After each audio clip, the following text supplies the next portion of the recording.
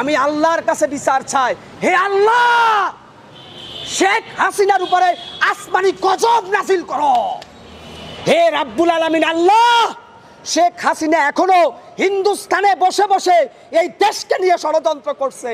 শেখ হাসিনা এখনো নরেন্দ্র মোদীর কোলে বসে বসে এই দেশকে নিয়ে ষড়যন্ত্র করছে।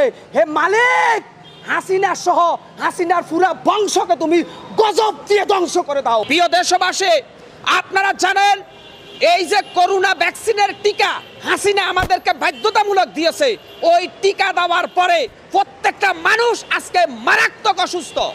মাঝখানে একটা জ্বর হয়েছে, ওই জ্বরের পরে হাঁটু ব্যথা, কোমর ব্যথা থেকে শুরু করে 6 মাস পর্যন্ত ব্যথাই যাচ্ছে না। বিভিন্ন ট্যাবলেট খাইতে খাইতে আমরা শেষ। এর কারণ হচ্ছে আপনারা জানেন তখন এই পত্রপত্রিকা রিপোর্ট করা হয়েছিল যে ভারত থেকে যে ভ্যাকসিন আমদানি করা হয়েছে ওটা ভেজাল ভ্যাকসিন, মেয়াদ উত্তীর্ণ ভ্যাকসিন। আল্লাহ জানে ওই ভ্যাকসিনে করোনা ভাইরাস নিয়ন্ত্রণের নামে ভারতীয় দালালদের প্রপাগান্ডায় হাসিনা বাংলাদেশের প্রত্যেকটা মানুষের শরীরে নতুন ভাইরাস ঢুকিয়ে দিয়েছে।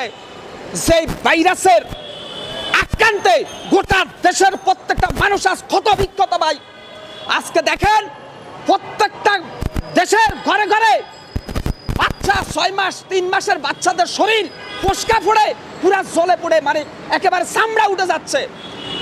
এই যে ভাইরাসের যে একটা নিয়ন্ত্রণ আমাদেরকে শেখানো হয়েছে যে করোনা ভ্যাকসিন দেওয়ার জন্য কিভাবে আমাদেরকে বল প্রয়োগ করছে, ওই করোনা ভ্যাকসিন দেব কি দিব না সেটা আমার ব্যক্তিগত ব্যাপার না।